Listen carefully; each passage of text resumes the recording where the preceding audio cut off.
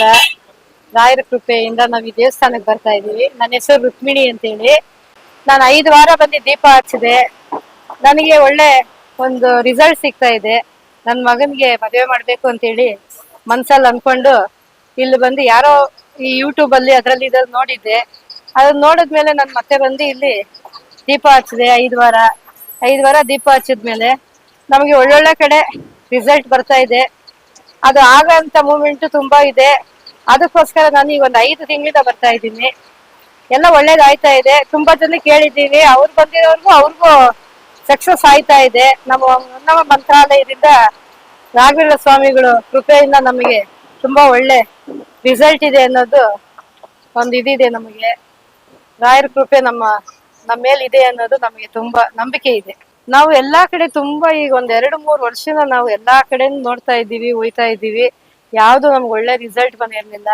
ಇಲ್ಲಿ ಬಂದು ಹೋದ್ಮೇಲೆ ಮದ್ವೆ ಮಾಡಕ್ಕೆ ನೀವು ಮುಂದೆ ಅದನ್ನ ನೀವು ಇದ್ ಮಾಡ್ರಿ ಅಂತ ಹೇಳಿ ಮುಂದುವರ್ಸಿ ಅಂತ ಅಂದವನೆ.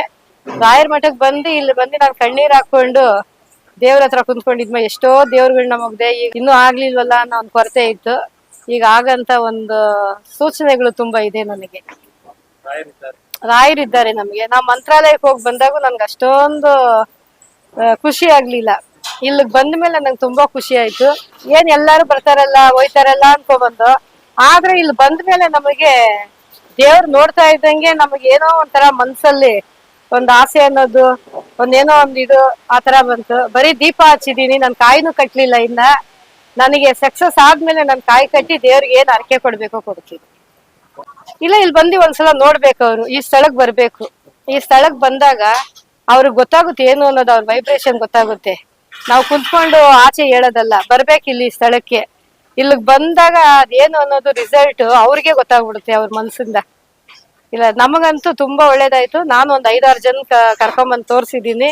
ನನ್ಗೆಲ್ಲೂ ಇಷ್ಟೊಂದು ಮನ್ಸಿಗೆ ಸಂತೋಷ ಆಗಿಲ್ಲ. ಇಲ್ಲಿಗ್ ಬಂದ ಮೇಲೆ ನನಗೆ ತುಂಬಾ ಖುಷಿಯಾಗಿದೆ. ರಾಯರು ನಮ್ ಜೊತೆಲಿ ಇದ್ದಾರೆ ಅನ್ನೋದು ಒಂದು ಭರವಸೆ ನಮಗ್ ತುಂಬಾ ಇದೆ.